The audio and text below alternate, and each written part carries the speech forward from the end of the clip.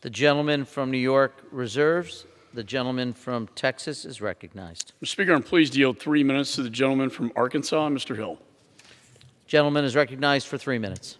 I thank the Speaker, and I certainly thank my friend, the ranking member. I rise in strong support of H.R. 7276, the Ukraine Invasion, War Crimes, Deterrence, and Accountability Act.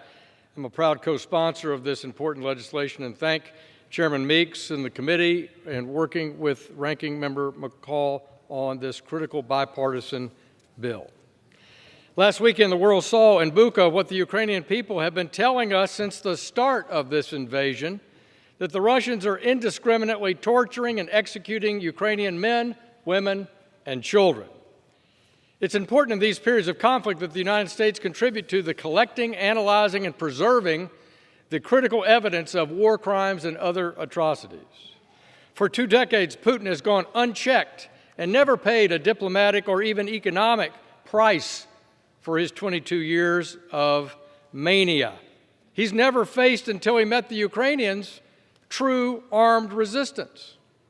He leveled Grozny, destroyed historic Aleppo with his co-conspirator and partner, Assad, and he waltzed into Crimea, Mr. Speaker, in 2014 without firing a shot. The line has been finally drawn in Ukraine. This House, on a bipartisan basis, has worked to document Assad's mass murder in Syria. As a result of that work and the work of the United Nations mechanism, we've had a recent conviction in Koblenz, Germany, of the Syrian intelligence official for crimes against humanity. The UN recently approved an independent inquiry into Ukraine. That's precisely the same step of a decade ago in Syria.